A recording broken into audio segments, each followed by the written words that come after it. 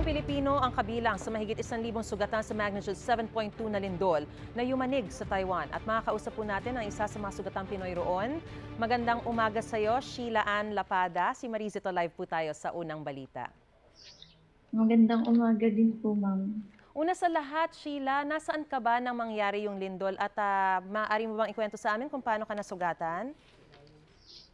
Opo, ma'am. Nung time po yun, nasa meeting room na po kami noon. Then, nasa third floor po kami ng aming company. Then po, nung mag-aalas 8 na po, doon na po nangyari yung lindol. Eh, syempre, first time lang po kasi nangyari sa buhay ko yun na ganun kalakas yung lindol. Eh, ang lakas po kasi, halos hindi na po kami makatakbo. Tapos, yung mga kasama ko, sinabayan ko ng tumakbo, yung medyo humina na yung lindol.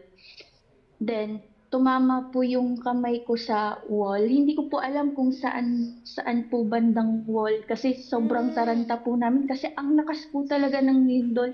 Yung mga kisame po ng production namin naglaglagan po. Oo. So, talagang sobrang takot na takot po kami, nagyayakapan po kami. Hindi namin alam kung bababa kami kasi kung bababa kami, mamaya mahulog din po kami sa hagdan. Ang daming consequences na dapat na mangyari kung bababa kami, if ever man. Eh, napasabay na lang din po ako na tumakbo. Kaya po, ganito po yung nangyari sa akin. Hindi po ako nakapasok ngayon. Hindi naman na po ako pinapasok ng 3 araw Okay. para makapagpahinga po ako. Sheila, gano'n na...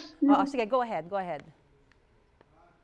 tapos po yun, ma'am, nung nagtatanong po kasi sila, akala ko yung mga may sugat lang, gano'n, ipupunta sa hospital. Kaso kasi medyo masakit na po yung kamay ko. Sinabi ko na lang po sa coordinator po namin na nabangga po sa wall tong kamay ko. Yun, pinunta po ako agad sa hospital. Nagpa-x-ray po ako. Tapos sabi po lang ng doktor is nabugbog po Oo. yung muscle ko. Namamaga po ngayon yung kamay ko. Okay. Pero na-discharge ka na from the hospital, tama? Ma'am, saglit lang naman po ako doon, ma'am. Siguro mga 4 hours kasi marami po din kasing nasaktan ng mga ibang lahi din po doon sa hospital. Saglit lang po ako doon.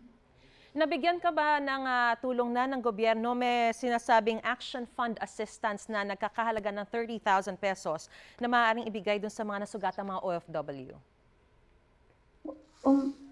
Wala pa po, ma'am. Pero marami na pong tumatawag naman na po sa akin, nabibigyan po ako. Mamaya po, susundiin daw po nila ako ng mga 1:30 po ng hapon. May meeting po ata dito po sa Ilan, yung si Attorney Chavez po ba ata yun. Okay. Susundin po ako mamaya. Bibigyan daw po ako ng assistant kapag nakumpleto daw po yung, hindi ko po alam kung ano yung mga ipapasa ko po. Alright. I'm sure i-guide ka nila dyan, Sheila. Pero alam mo kasi, Sheila, bukod dun sa Action Assistance Fund, no? O Action Fund Assistance na ibibigay sa inyo, meron din daw psychosocial counseling na maaaring ibigay sa mga na-trauma dyan sa nangyaring napakalakas na lindol. Sa tingin mo ba, kakailanganin mo bang sumailalim pa sa ganon? Dahil nga kanina, ibinahagi mo sa amin kung gaano kayo natakot dito sa lindol na nangyari sa inyo o naranasan ninyo. Hindi na po, ma'am. Hindi na. Oo. Opo. So, sa ngayon, may mga nararanasan pa ba kayong mga aftershocks? Opo, meron po. Lalo, malapit lang po kami sa dagat. Itong company po namin, sa likod lang po ng dagat po, mga 5 minutes away po. Kaya natatakot din po kami, di po kami makatulog. May mga kondin po ng malakas, minsan mahina kaso nakakatakot. So, nag-ready na rin po ako ng bag ko para in case na mangyari ulit yun, bababa na lang ulit ako. At least nakuha ko na yung mga ibang gamit na kailangan ko if ever na bababa po ako. Especially yung passport. Pero Sheila, nabanggit mo kasi malapit kayo sa dagat, hindi ba kayo kailangang ilikas dahil baka mamaya may bantaban ng tsunami? Wala naman po silang nasasabi po sa amin, ma'am. At Wala naman po. sa takot na dinanas ninyo, ikaw ba ay nag-iisip na bumalik na sa Pilipinas o mananatili pa rin kayo diyan? Actually po ma'am, uuwi po ako sa April 9 po. Ah, okay. So, uuwi ka. Pero talagang bakasyon yon, hindi yung talagang ah, permanente ng pag-uwi? Opo, 14 days po. Planado na po yun. Last month po nagpaalam na po ako dito sa company ko. Alright, para Tapos ganito naman makapagpahinga. po yung nangyari. Opo, opo. Alright. Maraming salamat at mag-iingat kayo dyan, Sheila Ann Lapada, sa Taiwan at makakaasa kayo sa aming patuloy na panalangin para sa inyo dyan sa Taiwan. Salamat din po.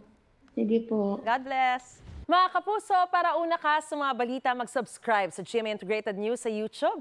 Sa mga kapuso abroad, subaybayan niyo po kami sa GMA Pinoy TV at sa www.gmanews.tv.